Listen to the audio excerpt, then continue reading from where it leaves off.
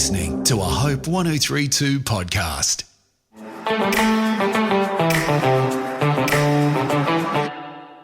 I'm Colette Smart, and I'm a psychologist, a teacher, and your host on Raising Teens. I'm also a parent, and I'm in the middle of raising my own teens and young adult children. I know that raising teens can be fun and busy, but also terrifying and even lonely. I've experienced all of these emotions, sometimes in the same day. On this podcast, I'm joined by well-known experts, and we chat about some of the most common questions I get asked about raising teenagers in my own work, and even some questions I have myself. I have such hope for this generation of young people, so each episode is full of support and practical advice. I love seeing all your questions come in, so each season I focus on some that teachers, parents, and carers have raised. We're all caring for the teens we love so much, so please keep sending in your ideas and questions through my Instagram and Facebook page or via the Hope 1032 podcast webpage, so we can support this generation of teens together.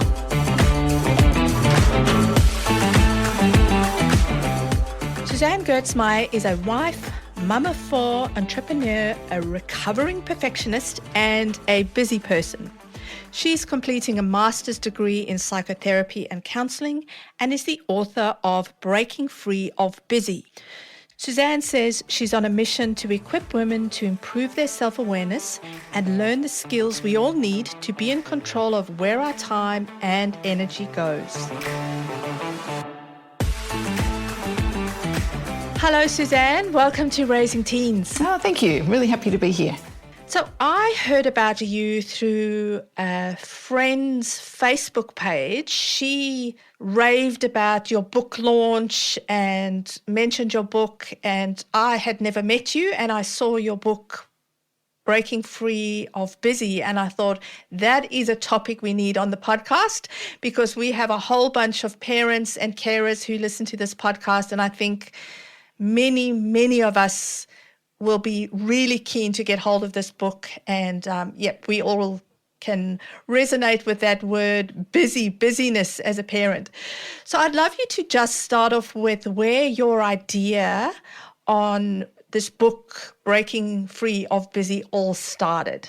Yeah, well, look, Colette, I've been on a journey with busyness for really as long as I can remember. I've always been a high achiever, always struggling to fit the most I can possibly fit into my day and my week. And, for a long time that served me really well. I was able to achieve some big goals and fit a lot into my life. But I reached a point where I actually hit burnout. And contrary to probably what a lot of us think, I couldn't just keep going. We went away on holidays and literally I woke up one morning with a really sore throat, and the next day I was so sick that I had to go to hospital, and I actually couldn't do anything for 3 months. And so I went from just juggling all of these balls and having this crazy busy life to not actually even being able to empty the dishwasher. And that was a huge wake-up call for me because I had always thought that I could just keep going, that no one would notice, that I'd take a break another time, I could fit in one more thing, and eventually I couldn't. And I tried a lot of things to change my life. I thought, okay, I'll pull back, I will simplify things. I'm just not going to go back to that crazy life that I had before I was sick. And it really took a long time to realise that it wasn't just a matter of managing my schedule, that I actually had a whole lot of underlying thoughts and feelings and beliefs that were keeping me busy. And without actually tackling any of these things, nothing was going to change. And so I had this huge to-do list because I was just uncomfortable when I said no. And I had to do everything myself because I was too anxious that other people wouldn't do it properly. And I couldn't ask for help because I needed people to think I was on top of things, and I couldn't stop and rest because I didn't really think I had permission to. And so it wasn't really until I addressed those underlying things that things started to change.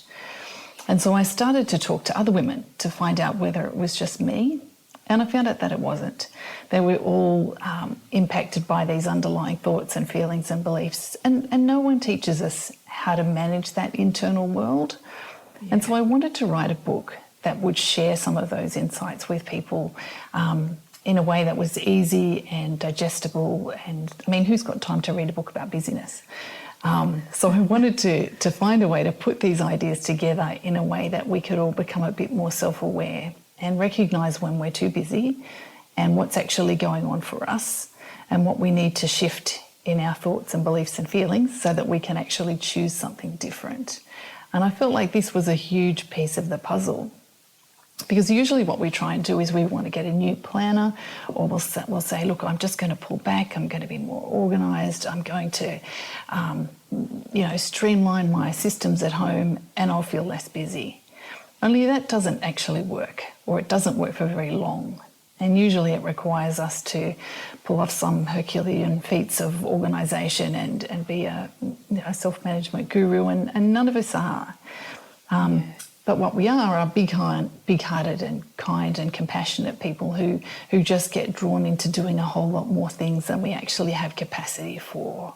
It's fascinating because you don't provide just this quick answer, but you really get us to think about what are those underlying reasons for the busyness. So it's not just getting a better calendar or, managing our notes on our phones better or whatever. Yeah. There's something underneath that drives us very often to keep achieving, doing more, saying more, not saying no. Yeah, and we have some ideas that we come across in a well-meaning way. For example, that it's our job to make everyone happy. Yes. And if we can't actually cope with how it feels, say, when our kids aren't happy, then we don't actually have the choice to say no or to do things differently because we're just stuck in this need to keep everybody else happy. So unless we can actually understand what it is to have a healthy boundary or really understand what's our responsibility and what's someone else's responsibility, unless we have a healthy understanding of all of those things, then we don't actually have the freedom to choose anything else. Mm-hmm. I want to unpack all of this a little bit more and get practical as we go through today. You mentioned that busyness is more about a bursting to-do list. Can you unpack that a little bit? Yeah, I think when we think about busyness, often what we think about is the list of things we have to do. And certainly that's a big part of it. But in the book, I talk about busyness being actually in three parts. We've got the practical busyness, our things to do, but we're also mentally busy and emotionally busy. And what I mean by that is mentally, we're actually all the time making decisions, sorting out logistics, planning ahead so life runs smoothly. We're trying to stay on top of work projects. We're trying to remember what should be on the shopping list and in the school bag and who needs to be where at what time. So that's keeping us mentally busy. And we're also emotionally busy. We're offering support and guidance and encouragement. We're managing behaviour. We're making sure everyone is okay. And sometimes we're even beating ourselves up over things that we got wrong or mistakes we made or things we couldn't fix. And so if we just look at the practical aspect of busyness, we're actually missing a huge part of the load, and we're actually really underestimating all of the things we have going on. And so I wanted to really draw that out in the book so that we could get a more complete picture of what it is we're actually carrying. So important, because we have heard a little bit more now in the media, this raising awareness of women carrying the mental load. And I know even as a mum, as a woman myself, I feel like I have 100 tabs open on my computer screen, but actually my brain. Yes. All these tabs open with, my child's dentist appointment, parent-teacher night, and somebody's doctor's appointment, and then my own to-do list of what I need to buy for groceries or what I need to check on my emails for work. And you seem to be carrying all these other people's to-do lists in your head. And then you're right, the emotional, where you are worried about your child because they are struggling with a friendship. I've got young adult children, so you worry about different things with them. And that's so true. It's so much more than just those practical things. It's that mental, emotional load that we carry that is part of the busyness, really. And that's why we need tools that address more than just the practical aspect of busyness. And, one of the real clues for me was that, on 2 different days I could have the same amount to do, and yet one day would feel overwhelming and the other day wouldn't. And that really got me curious about these other aspects of busyness, because I thought, gosh, there must be something else going on. This isn't just what I have to do, it's also how I feel about it. So that's something I think, a lot of women can resonate with, is just that some days just feel overwhelming. And what is it about those days? And it's the mental and emotional dimension of things. And women often say to me, I feel like I could handle almost anything if I feel like I'm winning. Like if I feel like I'm succeeding and I'm on top of things and I'm getting it right. But so often we don't have that luxury. No, and that's life, isn't it? Yeah. I know I fall into that trap often, where I think if this just comes right or if that just comes right, but life happens. And so, one of my young adult children might be going through a challenge, and my 16-year-old is doing great at that time, and then it kind of swaps around, or my husband needs something from me, and so there's never really a time when we aren't carrying something emotional, because that's adult life. Yeah, and no one really teaches us the skills about how to manage that aspect of life, and yet it is so significant in how we're experiencing our lives, is understanding how to carry those things. And yet we don't routinely learn those skills. What do you think the difference is in terms of busyness when you have teenagers compared to when your children were little, for example, when they were toddlers or in primary? When our kids are little, we're really busy in the practical sense. The kids need a lot of help. They need their shoes tied and their meals prepared and a whole lot of practical things. And as our kids get older, I think we really move into that mental and emotional aspect of busyness. And I think a huge part of that is when our kids are young, it's actually relatively straightforward. It's not easy. It is exhausting. But we know they're basically supposed to eat and sleep and hopefully share the toys. But as they get older, they get to be lots more complex and difficult dimensions to what we're doing. Yeah.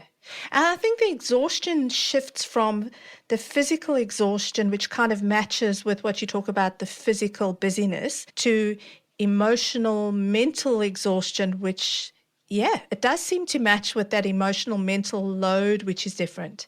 It does. And I think, often we lose a lot of energy sort of second-guessing ourselves or figuring out logistics and managing schedules and wondering if we're doing the right thing and having intense conversations with our people. And sometimes we think just because we're not chasing little ones around the park, then we ought to be able to do more. And so we have unrealistic expectations of ourselves, and we overcommit and wonder why we're exhausted. And that's where I think we need to make a shift from thinking not just about our to-do list, but about our capacity. Because even if what we're doing to care for our families isn't visible, it is that mental and emotional busyness, it's still there, and it still affects what capacity we have overall to do things. Yeah. And yet we think, I don't have to do as much for my kids anymore. Why am I so tired? Or, why do I feel like I can't take on all these extra things now that my kids are older? When the fact is, there's still actually a lot going on. You just can't see it quite the way you can when the kids are little. We'll be back after a short break, and I want to then talk to you a little bit about how being too busy impacts our families.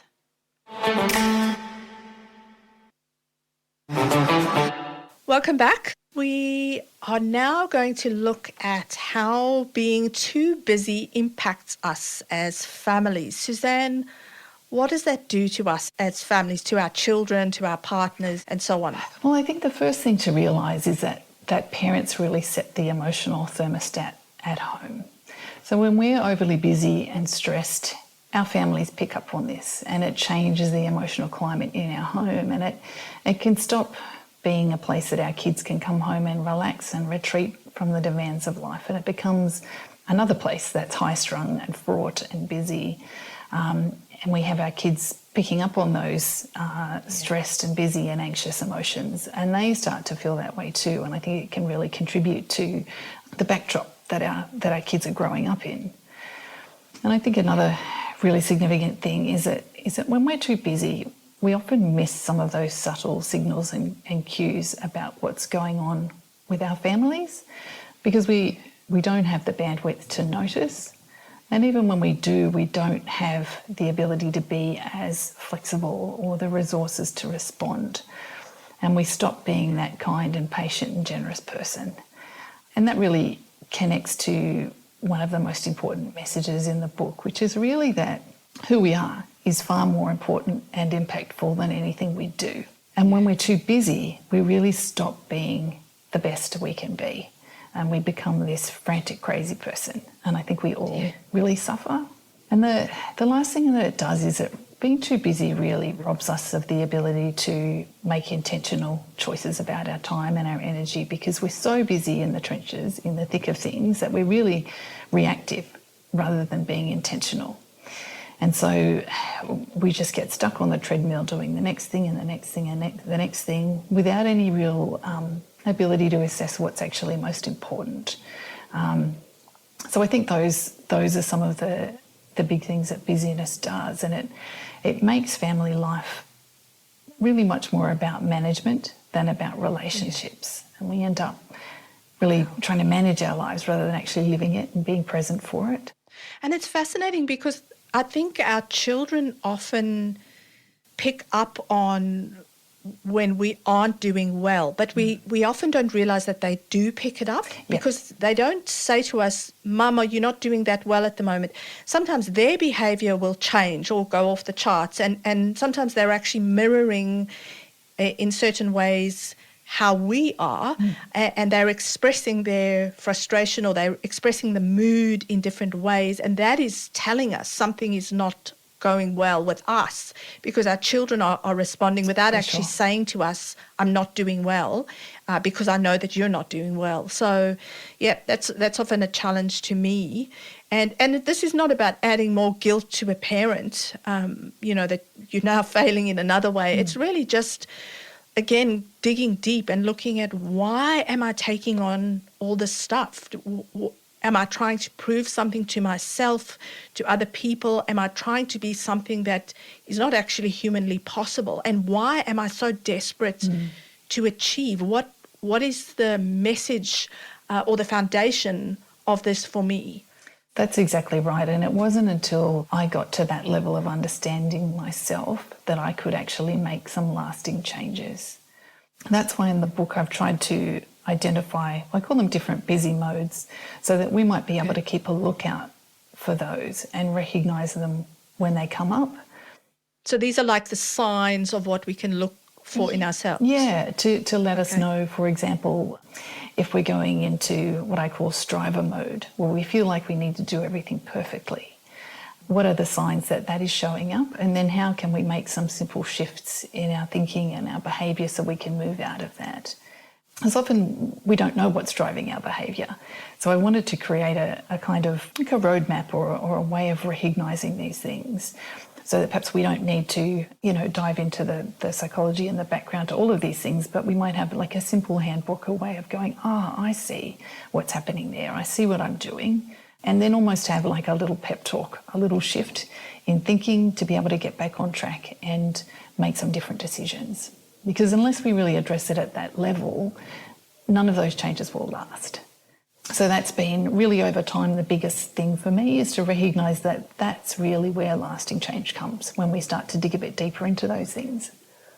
So when you say you're going into striver mode, what do you do? What does that look like practically? Well, it looks like if I'm thinking I need to have this thing perfect, I need to, say I've invited extended family around for dinner, and I feel like I need to make the perfect meal. I need to have the house look immaculate. I need to have, the perfect range of activities for the kids to play. That's when we start to think, well, okay, I've gone into striver mode. I've got this idea of how things are supposed to be. So that can either be coming from a fear that what will happen, what will people think of me if everything isn't perfect? Or it can come from a sense of ambition that wouldn't it be great? And this is what would always happen to me. I think it'd be fabulous if we all, got around the kitchen and made gnocchi together. And then all of a sudden that's the standard that has to be reached. And it's unnecessary and it's unrealistic, but it's coming from somewhere. Yeah. And for me, often that would be that I'm just a little bit bored, that I'm looking for some sort of creative outlet which might be much better achieved in a different way. Okay. So understanding where that behaviour is coming from, and that striver mode often does come from fear, that we think, what will people think of me, or what will happen? Will I be good enough? Will what I'm doing be good enough? And so being able to recognise that that's what's going on and being able to talk ourselves down from that. And then when you do all that and the gnocchi ends up smeared all over the kitchen floor and your children are fighting and the family just didn't really enjoy it, then you feel like a failure on top of that. Yes. Yeah. And quite often resentful to boot, that you're now so exhausted because you've tried to do this wonderful thing, only everybody else wasn't really on the same page, and it wasn't what everyone needed. Yes. It was what I needed or what I wanted, but it wasn't actually meeting the needs of my people. So, and I talk about in the book sometimes the no we need to say is to ourselves, and to be able to say, yes, that's a great idea, but no, it doesn't actually have to be that way, and that's actually more about me than serving everybody else. So there's lots of levels of honesty that kind of come up in the book when we think about what's driving our behaviour. Practically, what do we do then to lower that level of striving or to feel less busy? So I'm kind of thinking it's the time of year when everybody really does feel like the busyness ramps up. What do we do with that? Well, there are a couple of things, particularly when we think about the end of the year, that are really relevant. The first one of those is this idea that we often get caught into feeling like I want to do this before the end of the year, or I want to see these friends before Christmas, or I want to finish that project before Christmas. And so if we can shift our thinking towards the end of the year being some kind of deadline, often that's really helpful, and to realise, the weeks and the months will roll on, and January will come, and it will be okay if we haven't finished what we wanted to get finished, or if we haven't seen every person we wanted to see before Christmas. So trying to remove that idea that the end of December is some sort of deadline has been really helpful. On a practical level, I think too we need to realise that the end of the year brings a whole lot of demands that aren't there at other times of the year. And unless we actually have a whole lot of extra capacity through the year, and most of us don't, then we're going to need to find some ways to cut corners and to simplify things. My mantra through that season is always, let it be easy. So what would I do? How would I approach this if I were going to make it simple and easy? And so some questions we can ask ourselves are, do I really need to do this thing? Do I need to do it the way I had thought? Are there parts of this that people wouldn't notice if I didn't do that? So to actually look at the easiest way we could possibly do something and the simplest way we could do something. So that becomes a filter that we can have through that part of the year. Look, I need to cut some corners. What could I do to simplify this? The other big part of this time of year often is the mental busyness. And so it comes down to things like lists, and I've started working with 3 lists. One is to do, one is to buy, and one is to remember. And that third one is actually really helpful. And that's where you write down things like, an idea for a gift or a meal or somewhere that you were going to go or a restaurant you heard about, things that you just actually want to be able to access at some point in the future. And what that does is it just takes the pressure off having to remember things, because often through the year we can remember a lot of things, but the busier we get, the less ability we have to just remember things. So that's a really helpful way to take the pressure off the mental part of the busyness. And another part is thinking about decision making. How can we eliminate making decisions? And we can do that by cutting back to 5 or 6 family meals, and that's all we cook in December, for example, unless we have a special occasion. So we take the decision making out of meal plannings. We don't overthink gifts. That's a big thing that can be simplified. I always used to think there was a perfect gift, and I would shop and shop and shop looking for that perfect gift. And so another mantra for the end of the year for us is always, there is no perfect gift, which just really short circuits a whole lot of decision making and a whole lot of time that otherwise might be spent, traipsing through the shops at busy times. With managing our mental busyness, we also need to think about how much input we take in through busy times, how often we're picking up our phone to check email in the supermarket queue, or how much news we're reading. Just allowing ourselves that mental space is really helpful through busy seasons. I often work with my kids to see if I can find some connections between their interests and things that need to get done. So if we're going somewhere for an occasion and one of the kids likes to bake, well, I can match up that as a way that they can help. I've got another daughter who loves to shop, and so I can give her some parameters and she can do some of the Christmas shopping. So looking for ways that your kids' interests might align with things that need to get done is a way that you can simplify and get things off your practical to-do list. And I think it's really critical that we take mini breaks. Even through really busy times, it does actually make a difference. And I used to barrel on thinking, it doesn't make any difference if I sit and take a break. I'll still be exhausted. And I used to tell myself that I would feel better after I'd done this and this and this and this. But the reality is the finish line just keeps moving, just keeps shifting. Yeah. And so intentionally taking those mini breaks is actually really critical. It just grounds us and helps us to come back to relationships instead of the to-do list. So I think that's really important. When you say mini breaks, can you give us an example of what that might be or look like? It could be just taking 15 minutes or 10 minutes on the back step with a cup of tea. Okay. It could be reading 3 or 4 pages of a book. It's just any times that we can grab through during the day to take a little break. And even, parking the car around the corner from where you're going and sitting in the car for 5 minutes before you get there. Yes. By yourself. That's self-care. That's doable. I love those. Yeah, so I think those small things, and often we think that we'll feel more satisfied if we do a chore instead. And it's just not true. Those breaks do make a difference. And often when we sit and take that time to just breathe for a minute, that's actually often the time I remember something really important, or I think of something or realise, that's what's going on for that person, or I have an idea about something, or I just feel more grounded in myself, and it allows me to show up more as the person that I want to be. And so those little breaks are so important, and I never used to take them. I just used to be so stuck on the treadmill and just pushing towards the next task and thinking, I can't sit down until everything's finished. And it never is. So as a recovering perfectionist, that's what made a difference to you, the mini breaks. What else was big for you, you think you made changes in?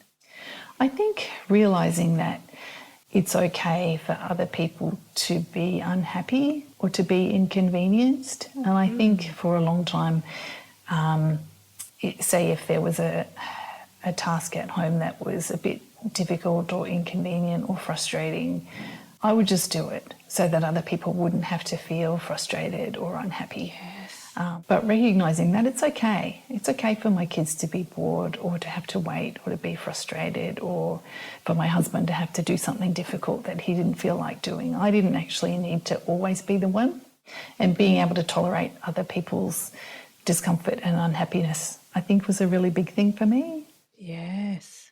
And the other thing probably is just, and this is kind of a mantra for me now, is it trying to choose connection over perfection, and recognising that it's when we're actually just being real and not trying to make everything perfect. That's when we connect with other people. And that ultimately is the most important thing in our relationships and in our parenting and in our own well-being. So rather than trying to look perfect and look as though I have it all together and everything is done exactly the way it should be in the very best way, being able to loosen my grip on that and choose connection instead has been really powerful and continues to be really challenging. But I think it's just made such a difference. That's fantastic, because I often talk about how I really like neatness. Having neatness and order is very important to me. And when we were married and had kids, eventually my husband said to me, Colette, our children can't grow up in a museum. They need to grow up in a home where they feel relaxed. And I had to, and I still work on it. It's not easy for me, but I love how you talk about connection is more important than the perfection, because I think my children need that connection from me. They don't need the perfection. They don't need the museum home. No. That's not what they'll remember. No. So, Susanne, what is your hope for families who feel busy at this time of year?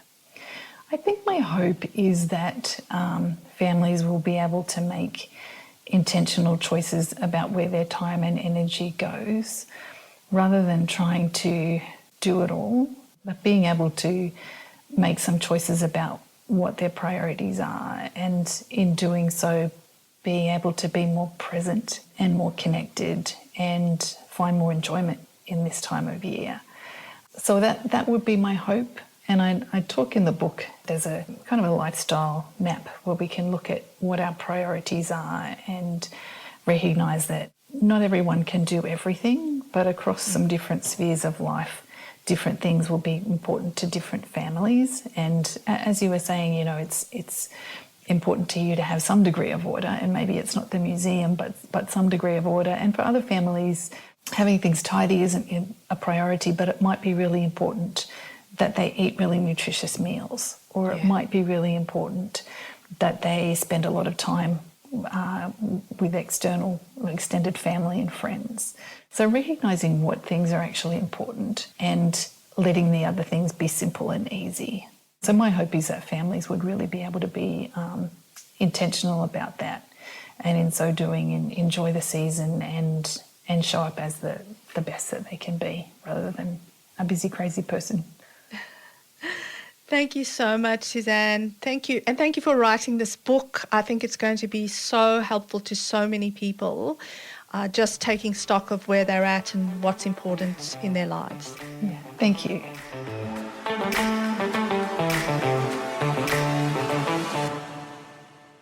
I loved Suzanne's reminder that our lives need to focus more on connection than perfection. That's such an important challenge for me in this season. If you want to find out more about Suzanne's work or her book, Breaking Free of Busy, you can find a link in the show notes. If you found this episode helpful or gained some useful insight from it, please subscribe and review wherever you get your podcasts, and consider sharing it with friends and family. I hope to see you next week with our mini episode, where we will chat a little more about looking after ourselves during this end of year season, especially if it might be a challenging time for you. In the meantime, keep parenting with your teens' future adults in mind.